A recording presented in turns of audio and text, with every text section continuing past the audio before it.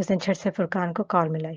فرقان please مجھے لے جاؤ یہاں سے پلیز، میں زاویار سے شادی نہیں کر سکتی، سخت زہر لگتا ہے وہ مجھے، پلیز فرقان مجھے بچا لو اس جہنم سے، اگر تم نے میری بات نہ مانی تو میں اپنی جان دے دوں گی، زویلا نے دھمکی دی۔ فرقان نے کچھ سوچ کر کہا، ٹھیک ہے پھر، میرے پیرنٹس تو نہیں مان رہے، مگر میں تمہارے ساتھ کورٹ میرج کرنے پر راضی ہوں، ہم پہلے کورٹ میرج کریں گے پھر اپنے پیرنٹس کو بتائیں گے اس بارے میں۔ یہ سن کر زوئی خوش ہو گئی تھی۔ ٹھیک ہے فرقان، میں تیار ہوں۔ تمہارا نکاح تو کل ہے نا؟ فرقان نے اس سے پوچھا۔ ہاں ٹھیک ہے، پھر تم عین نکاح سے چند منٹ پہلے وہاں سے نکل آنا، میں باہر گاڑی میں تمہارا انتظار کروں گا۔ اوکے ٹھیک ہے، میں تیار ہوں گی۔ اوکے، اپنا خیال رکھنا، کل ملتے ہیں۔ اوکے۔ زوئی کی خوشی کا ٹھکانہ نہ تھا، بالآخر اس کی جان اس ساویار سے چھوٹ ہی جائے گی۔ وہ سوچنے لگی کہ اب اسے کیا کرنا چاہیے۔ اپنے کمرے میں بیٹھی بریرہ نے اس کی ساری گفتگو منوان سن لی تھی۔ وہ تنزن افسوس سے سر نفی میں ہلاتے ہوئے بولی، یہ نہیں ہونا چاہیے تھا زویلا بی بی، مگر ایک طرح سے یہ اچھا ہی ہے، چلو پھر دیکھتے ہیں کل کیا ہوتا ہے۔ بریرہ نے موہت کو میسج کر کے بتا دیا تھا کہ اس نے حشمت خان اور زویلا کے موبائل فون میں ٹریسر فٹ کر دیا ہے، اب ان کا کام بہت آسان ہو گیا ہے۔ براوو، گڈ ورک بریرہ، تم نے بہت اچھا کام کیا ہے، موہت اس کے کام کو سراہتے ہوئے بولا۔ شکریہ، بریرہ نے اس کی داد کا جواب شکریہ کہہ کر دے دیا۔ صبح ناشتہ کی میز پر ابراہیم خان نے دھماکہ کر دیا کہ زویلا اور زاویار کے نکاح کے فوراً بعد ہی نبیل اور بریرہ کا بھی نکاح کر دیا جائے گا۔ سب کے چلتے ہاتھ رک گئے، خود کے بریرہ بھی یہ فیصلہ سن کر شاکڈ رہ گئی۔ البتہ حلیمہ اور نبیل خان مطمئن تھے، اس کا مطلب تھا کہ یہ ساری کارستانی انہی دونوں کی تھی۔ حشمت خان کا چہرہ دھواں دھواں ہو گیا جب اس نے یہ فیصلہ سنا تو وہ مزید ادھر نہیں بیٹھ سکتا تھا۔ وہ ناشتہ ادھورا چھوڑ کر وہاں سے اٹھ کر چلا گیا۔ مگر آغا جی، یہ اچانک نکاح کا فیصلہ، آپ نے تو کہا تھا کہ ان کی ابھی صرف منگنی ہوگی، نکاح بعد میں ہوگا، طاہرہ نے ابراہیم خان کو یاد دلایا۔ ہاں صحیح کہا، مگر ہم نے سوچا کہ منگنی سے بہتر نکاح ہے، ہم فی الحال ان کا نکاح ہی کر دیتے ہیں، اور جب رخصتی کی باری آئے گی تو ہم وہ بڑے دھوم دھام سے کریں گے۔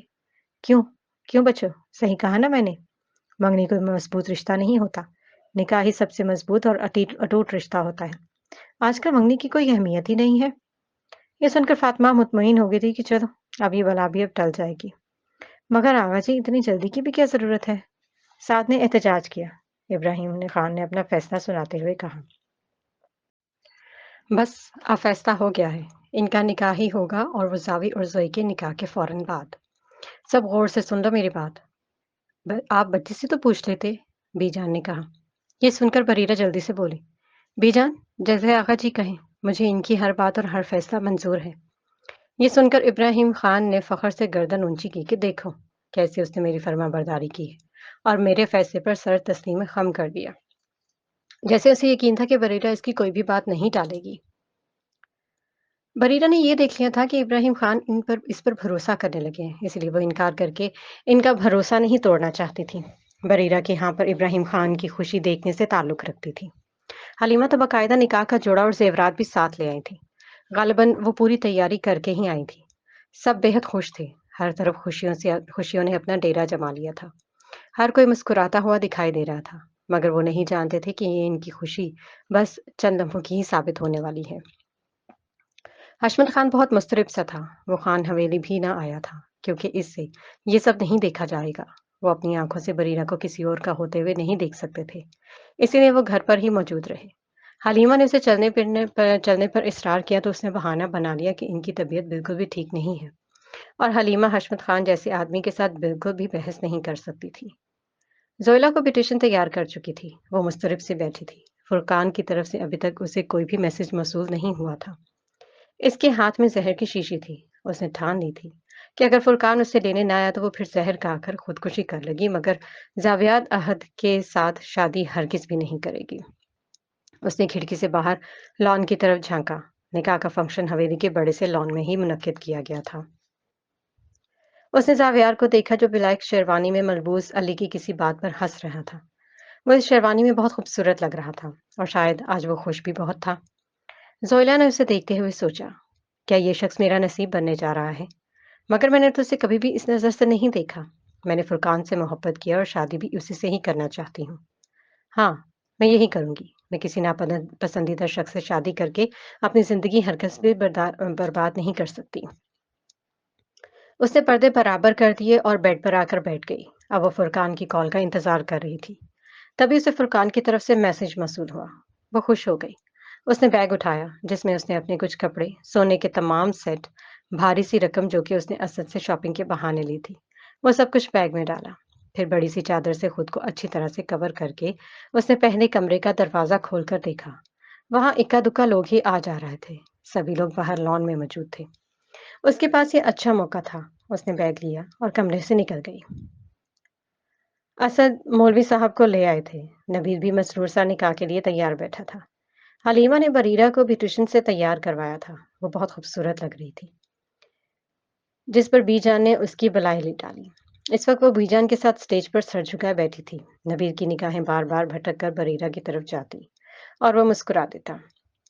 اسے پانے کی ایک عجیب سی خوشی تھی۔ نکاح کے 2 بول کے بعد بریرہ اسد خان ہمیشہ کے لیے اس کی ہو جائے گی۔ یہ سوچ ہی بہت زیادہ مسرور کن تھی۔ زویلا حویلی کے پچھلے دروازے سے بھاگ گئی تھی۔ فرقان گاڑی لے آیا تھا جس پر وہ زویلا کو لے کر یہاں سے بہت دور لے گیا تھا۔ زویلا جاتے وقت اپنے کمرے میں ان کے لیے خط چھوڑ گئی تھی۔ بریرہ نے سر اٹھا کر نبیل کو دیکھا جو اسے ہی دیکھ کر مسکرائے جا رہا تھا۔ بریرہ، تم بہت بری پھنسی ہو، بریرہ نے دل ہی دل میں کہا۔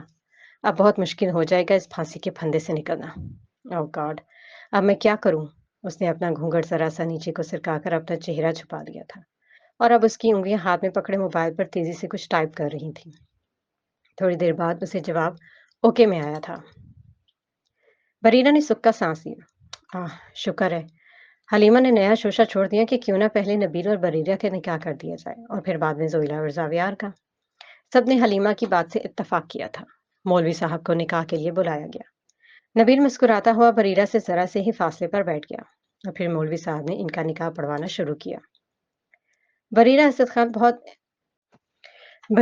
خان ولد اسد ابراہیم خان، آپ کا نکاح نبیل خان ولد حشمت خان کے ساتھ بعوض حق مہر 50 لاکھ روپے کیا جا رہا ہے۔ کیا آپ کو یہ نکاح قبول ہے؟ بریرہ نے سر اٹھا کر باری باری سب کو دیکھا جو اسے ہی دیکھ رہے تھے۔ اس کی نظر اسد خان پر آ پڑی۔ اس نے اپنے باپ کو دیکھا جو لاپرواہ سا کھڑا تھا۔ اس کے دل میں ایک درد کی سی ٹیس اٹھی تھی۔ جس شخص کا نام اس کے والد کے طور پر دیا جا رہا تھا وہ تو بالکل ہی لاپرواہ کھڑا تھا۔ ہاں، شاید اس کی صرف ایک ہی بیٹی تھی اور وہ تھی زویلا اسد خان۔ وہ تو شاید کسی لسٹ میں بھی نہیں آتی تھی۔ کاش کے دنیا والوں کی باتوں کے ڈر سے ہی اس کے سر پر ہاتھ رکھ دیتے۔ مگر یہ فرض بھی سعد چاچو نے نبھایا تھا۔ انہوں نے بریرہ کے سر پر بات کی شفقت سے بھرا ہاتھ رکھا تھا۔ ایک آنسو ٹوٹ کر اس کے گال پر بہہ آیا اور یہ آنسو زاویار احد ابراہیم کی تیز نگاہوں سے چھپا نہ رہ سکا تھا۔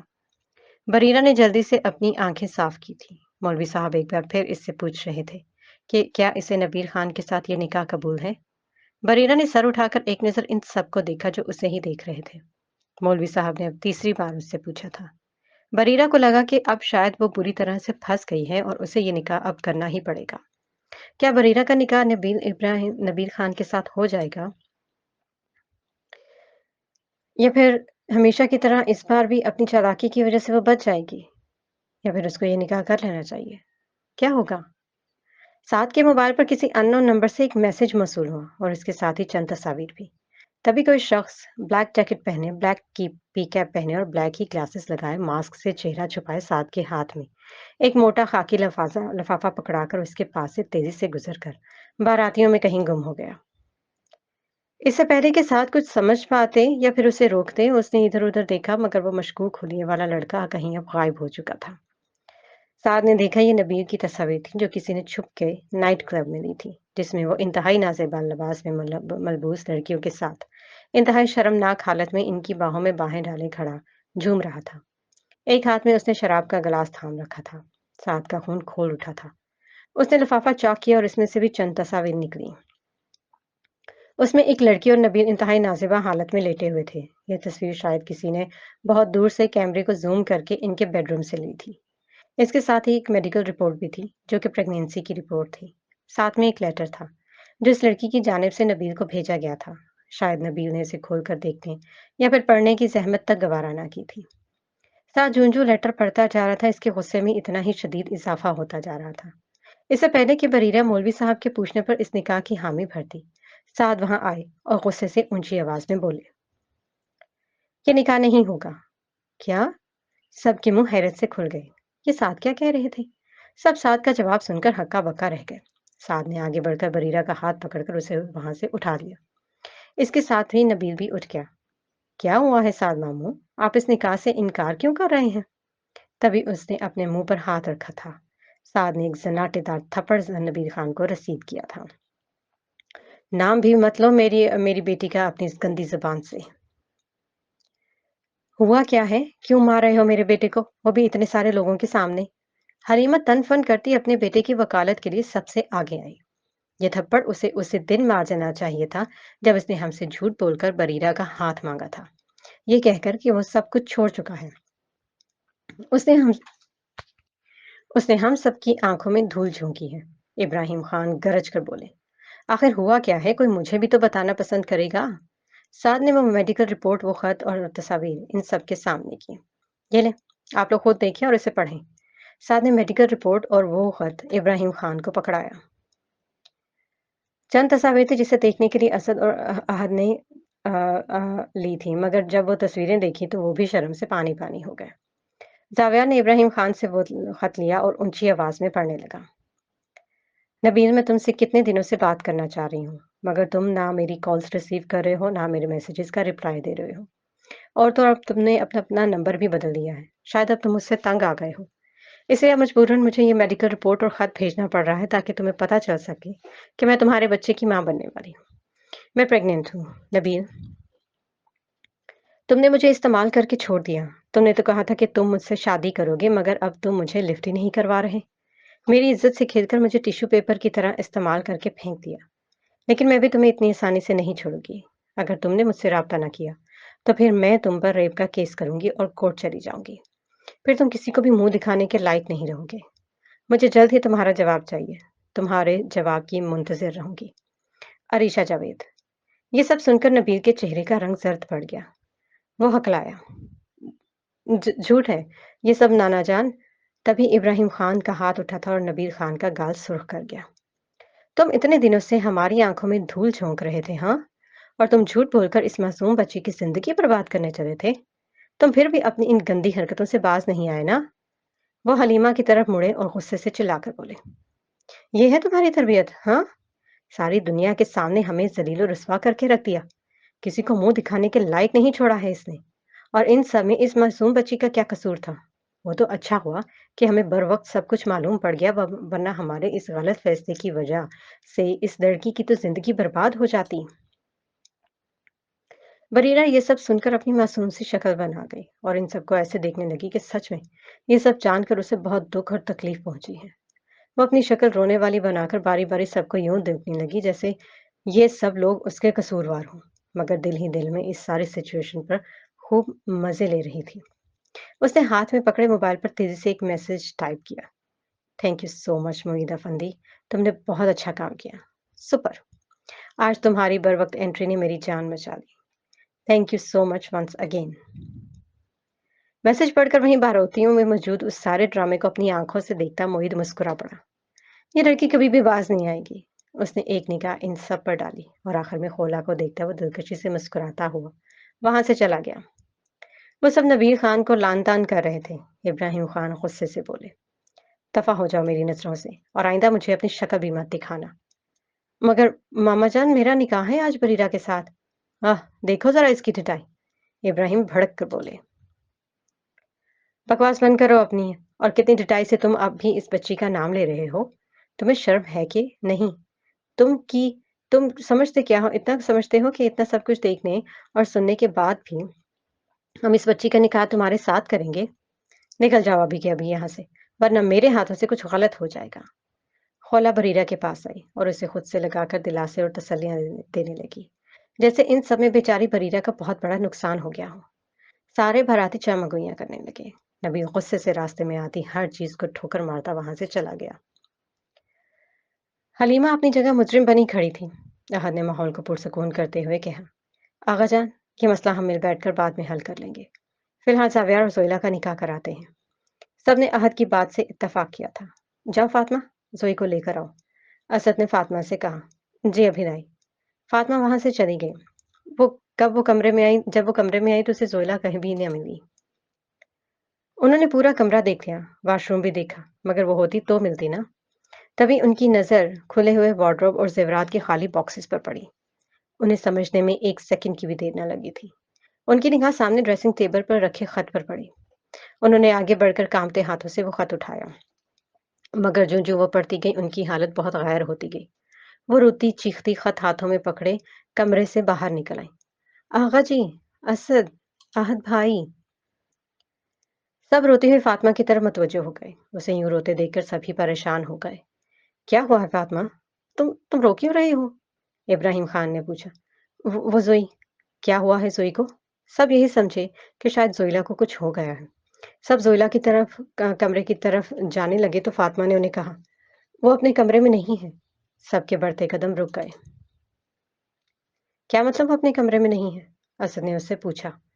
فاطمہ روتے ہوئے بولی، سوئی ہمیں چھوڑ کر چلی گئی ہے۔ کیا؟ کیا مطلب ہے تمہاری اس بات کا؟ کہاں ہے وہ؟ اسد دبا دبا سے قرائے۔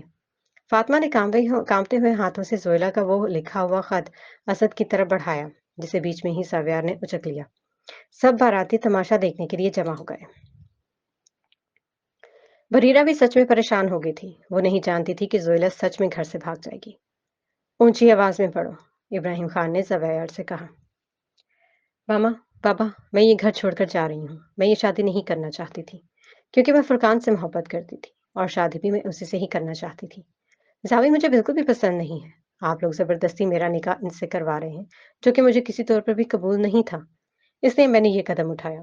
میں زاوی سے نفرت کرتی ہوں، وہ مجھے بالکل بھی پسند نہیں۔ میں نے فیصلہ کر لیا کہ میں فرقان کے ساتھ کورٹ میرج کروں گی، اور اسی کے ساتھ اپنی ساری زندگی گزاروں گی۔ آپ لوگ مجھے ڈھونڈیے گا مت، میں اپنی مرضی سے جا رہی ہوں۔ آپ کی بیٹی زویا۔ زاویار کے ہاتھ سے خط چھوٹ کر نیچے ہی جا گرا۔ سب کے منہ حیرت اور بے یقینی سے کھلے کے کھلے رہ گئے۔ اسد خان کی آنکھوں کے گرد اندھیرا سا چھا گیا۔ وہ لڑکھڑا کر 2-3 قدم پیچھے چلے گئے۔ انہوں نے سر اٹھا کر دیکھا۔ وہاں سینکڑوں لوگ تھے جو یہ سب سن اور دیکھ چکے تھے۔ ایسی ذلت، ایسی بدنامی! سارے باراتی سرگوشیاں کرنے لگے۔ اللہ، توبہ توبہ، کیا زمانہ آ گیا ہے بھائی! مریم کو یہ لوگ بد کردار کہتے ہوئے نہیں تھکتے تھے، مگر آج تو ان کے اپنے بچے ہی بد کردار نکلے۔ ان کو تو خود کے بچوں کے ساری دنیا کے سامنے اپنے خاندان کے منہ اور عزت پر کالک مل دی۔ ہاں بھائی، شاید تربیت میں کوئی کمی رہ گئی تھی۔ ہاں، سب کہتے ہیں جیسی کرنی ویسی بھرنی۔ ہاں ہاں بالکل، دنیا مکافات عمل ہے، آج تو اپنی آنکھوں سے دیکھ بھی لیا۔ غرض کہ جتنا منہ اتنی باتیں، یہ سب لوگ کسی کو منہ دکھانے کے قابل نہیں رہے تھے۔ زاویار کا غصے سے برا حال تھا۔ اس سے مزید وہاں کھڑا رہنا مشکل ہو رہا تھا۔ وہ غصے سے ہر چیز کو ٹھوکر مارتا وہاں سے واک آؤٹ کر گیا۔ ابراہیم خان بے سدھ وہیں کرسی پر گرنے کے سے انداز میں بیٹھ گئے۔ ساری زندگی کی کمائی ہوئی عزت ان چند منٹوں میں ہی ختم ہو گئی تھی۔ فاطمہ روتے ہوئے سب سے فریاد کر رہی تھی، خدا را میری بچی کو لائے، نہ جانے وہ کہاں چلی گئی ہے۔ اسد فاطمہ کو مارنے کے لیے لبکا تو احد اور سعد نے انہیں روک دیا۔ منحوس عورت، یہ سب کچھ تمہاری وجہ سے ہی ہوا ہے۔ تمہارے اس بیجا لاڈ پیار اور کھلی چھوٹ کا ہی یہ نتیجہ ہے کہ آج ہم کسی کو منہ دکھانے کے لائق نہیں رہے۔ انہوں نے پورے خاندان کی منہ پر کالک مل دی۔ کاش کہ جتنا زہر تم مریم اور اس کی بیٹی کے خلاف میرے دل و دماغ میں ڈالنے کی کوشش کرتی رہی ہو، اگر تم اتنی ہی کوشش اپنی تربیت پر کرتی تو آج ہمیں یہ سب کچھ نہ دیکھنا پڑتا۔ فاطمہ سر جھکائے رو رہی تھی۔ ابراہیم خان اپنا فیصلہ سناتے ہوئے بولے، آج کے بعد یہ لڑکی ہمارے لیے مر چکی ہے، اور کوئی بھی اس لڑکی کا نام اس حویلی میں نہیں لے گا۔ اب سے ہمارا اس لڑکی کے ساتھ کوئی بھی رشتہ نہیں ہے۔ نہیں نہیں آغا جان، آپ ایسا مت کہیں، وہ میری بیٹی ہے، وہ میرے جگر کا ٹکڑا ہے، ایسا فیصلہ مت دیں آغا جی۔ فاطمہ ابراہیم خان کے قدموں میں بیٹھ کر ان کی منتیں کرنے لگی، مگر ابراہیم خان اسے خود سے دور ہٹاتا وہاں سے چلے گئے۔ باراتی کھڑے تماشا دیکھ رہے تھے۔ احد نے ان سب سے کہا، آپ سب لوگ اب چلے جائیں، یہاں اب کوئی نکاح نہیں ہو رہا۔ وہ سب آہستہ آہستہ وہاں سے جانے لگے۔ اسد روتے ہوئے کہنے لگے، بھرے مجمع میں وہ میرے سر پر خاک ڈال کر چلی گئی، یہ بھی نہ سوچا کہ میرے باپ پر کیا بیتے گی، وہ لوگوں کو کیا جواب دے گا۔ اس نے میری پرواہ بالکل بھی نہیں کی۔ میں نے اسے کتنی محبت دی، مگر اس نے میری محبت کا یہ صلہ دیا، مجھے سب کے سامنے بے ابرو کر دیا۔ اسد بہت دل برداشتہ ہو گئے تھے، وہ بالکل ہی ٹوٹ چکے تھے۔ عہد اور سعد انہیں ایک سہارا دیے وہاں سے لے کر گئے۔ آہستہ آہستہ وہاں سے سب لوگ ہی چلے گئے، بس فاطمہ ہی اکیلی وہیں بیٹھی رہ گئی، جو سر جھکائے رو رہی تھی۔ غلطی ان کی اپنی بھی تھی، انہوں نے ہمیشہ ہی اس کی غلطیوں پر سمجھانے کے بجائے اس پر پردہ ڈالا۔ فاطمہ نے سر تھام کر نم آنکھوں سے دیکھا، وہاں سوائے بریرہ اور عمر کے اور کوئی بھی نہ تھا۔ پاس ہی عمر کھڑا خاموشی سے آنسو بہا رہا تھا۔ بریرہ آگے بڑھی اور عمر کے پاس آ کر اسے خود سے لگا دیا۔ سہارا پاتے ہی عمر پھوٹ پھوٹ کر رو پڑا۔ بریرہ اسے خاموش کروانے لگی۔ بس کر دو عمر، مت رو۔ بریرہ اس کی پیٹھ سہلاتے ہوئے بولی، تمہاری ماما اکیلی ہیں، انہیں تمہارے کندھے کی ضرورت ہے۔ عمر آنسو بھری آنکھوں سے کہنے لگا، یہ سب ان کی اپنی وجہ سے ہی ہوا ہے، یہی قصوروار ہے ان سب کی۔ بریرہ آپی، انہوں نے کبھی بھی ہماری تربیت پر توجہ نہیں دی، بس دوسروں کے معاملات میں مداخلت کرتی رہیں۔ اگر وہ ہماری تربیت اچھے طریقے سے کرتی تو آج ہمیں یہ دن نہ دیکھنا پڑتا۔ انہوں نے ہمیشہ سے ہی زوئی آپی کی غلطیوں پر پردہ ڈالا، انہیں غلط کاموں پر کبھی بھی نہیں ڈانٹا۔ یہ سب تو ہونا ہی تھا نا۔ عمر روتا ہوا وہاں سے چلا گیا۔ بریرہ نے دکھ اور افسوس سے انہیں دیکھا۔ بریرہ آہستگی سے فاطمہ کے پاس آ کر گھٹنوں کے پل پاس ہی بیٹھ گئی۔ فاطمہ نے سر اٹھا کر بھیگی ہوئی آنکھوں سے انہیں دیکھا۔ وہاں اور کوئی بھی نہیں تھا جو اس کی دلجوئی کر دیں یا انہیں تسلی دینے کے لیے۔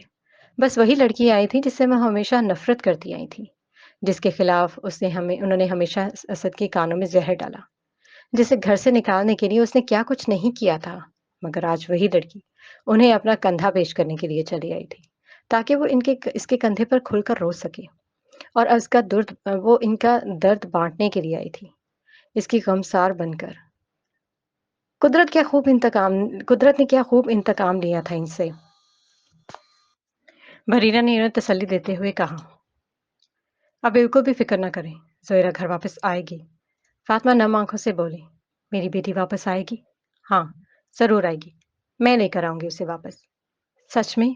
فاطمہ نے بے یقینی سے پوچھا، تم اسے سچ میں واپس لے کر آؤ گی میرے پاس؟ ہاں، سچ میں، آپ یقین رکھیں مجھ پر۔ نہیں، وعدہ کرو کہ تم اسے لے کر آؤ گی۔ وعدہ ہے میرا آپ سے کہ میں زوئی کو گھر واپس لے کر آؤں گی، آپ پلیز خود کو سنبھالیں۔ فاطمہ بریرہ سے لگ کر بلک بلک کر رو پڑی۔ بریرہ کو اپنی ماں شدت سے یاد آئی تھی۔ اس نے اپنے کانپتے ہوئے ہاتھ فاطمہ کی پشت پر رکھے اور انہیں تسلیاں دینے لگی۔ چلیں اٹھیں، کمرے میں چلیں، اس طرح آپ کی طبیعت خراب ہو جائے گی، آئیں میرے ساتھ۔ وہ فاطمہ کو سہارا دیے انہیں کمرے میں لے آئیں۔ چلیں، اب آپ لیٹ جائیں۔ کیسے سو سکتی ہوں میں؟ نہ جانے ادھر میری بچی کس حال میں ہوگی۔ وہ جہاں پہ بھی ہوگی خیریت سے ہوگی انشاءاللہ، آپ پریشان نہ ہو، ورنہ آپ کی طبیعت بگڑ جائے گی۔ اگر آپ کو کچھ ہو گیا تو پھر عمر اور زویدہ کا خیال کون رکھے گا؟ میرا وعدہ ہے آپ سے کہ میں کل صبح اسے لے آؤں گی، وہ جہاں کہیں بھی ہوگی۔ وعدہ؟ فاطمہ نے بچوں کی طرح اس سے وعدہ لینا چاہا، جس پر بریرہ نے مسکراتے ہوئے کہا، پکا والا وعدہ۔ چلیں اب یہ ٹیبلٹ کھا لیں۔ بریرہ نے فاطمہ کو نیند کی گولی دی تاکہ وہ باقی کی تمام رات آرام سے گزار سکے۔ تھوڑی ہی دیر پر فاطمہ کو نیند آنے لگی۔ بریرہ ان کے سرہانے بیٹھی ان کا سر دبانے لگی۔ فاطمہ کا سر دباتے ہوئے بریرہ کی وہیں پر آنکھ لگ گئی۔ تھوڑی دیر بعد جب اسد کمرے میں داخل ہوئے تو انہیں حیرت ہوئی۔ بریرہ کو یہاں دیکھ کر وہ ٹھٹکے تھے۔